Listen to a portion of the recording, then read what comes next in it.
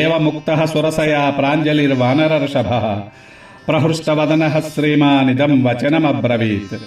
రామో దాశరథిర్నామ ప్రవిష్టో దండకావనం లక్ష్మణేన సహ భ్రాత్రా వైదేహ్యా చాపి భార్యయా అన్యకార్య విషక్తస్య బద్ధవైరస్య రాక్షసైః తస్య సీతాహృతా భార్య రావణేన యశస్విని తస్యాహ సకాశం దూతోహం గమిష్యే రామశాసనాత్ కర్తుమర్హసి రామస్య సాహ్యం విషయవాసిని అథవా మైథిలీం దృష్ట్వా రామం చాక్లిష్టకారిణం ఆగమిష్యామి తే వక్త్రం సత్యం ప్రతిశృణోమి తే.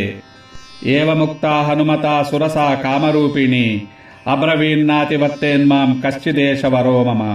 తం ప్రయాంతం సముద్వీక్ష్య సురసా వాక్యమబ్రవీత్.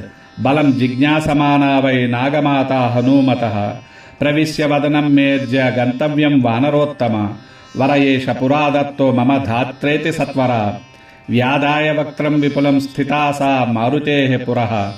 ఏవముక్తః సురసయా క్రుద్ధో వానరపుంగవః అబ్రవీత్ కురు వై వక్త్రం ఏన మాం విషహిష్యసే ఇత్యుక్త్వా సురసాం క్రుద్ధో దశయోజనమాయతః.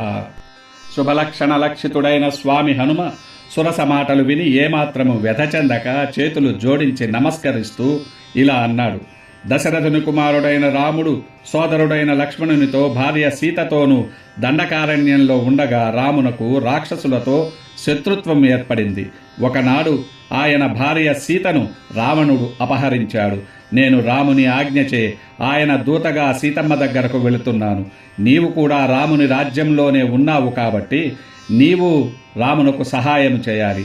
అందుకు ఒప్పుకోకపోతే నేను సీతాదేవిని దర్శించి ఆ విషయము రామునకు తెలిపి నీ నోటిలోనికి వస్తాను.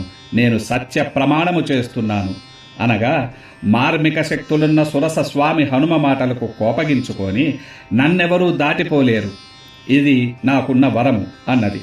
సురస హనుమంతుడు ఎంత బలాఢ్యుడో తెలుసుకోవాలని వెళ్ళిపోతున్న ఆయనతో, ఓ వానరశ్రేష్ఠుడా, నా నోటిలో ప్రవేశించకుండా నీవు వెళ్ళలేవు అన్నది. ఇది నాకు బ్రహ్మ ఇచ్చిన వరము అని వికృతంగా క్షణమాత్రంలో తన గుహలాటి నోరు తెరిచి హనుమంతుడి ఎదుట నిలిచింది. సురస మాటలకు హనుమంతుడు కోపంతో, నీవు ఎంత పెద్దగా నీ నోరు చాపుతావో, నన్ను ఎలా నోటితో భరించగలవో చూస్తాను అని పలికి కోపించిన వాడై 10 యోజనముల పొడవు 10 యోజనముల వెడల్పుగా తన దేహము పెంచాడు.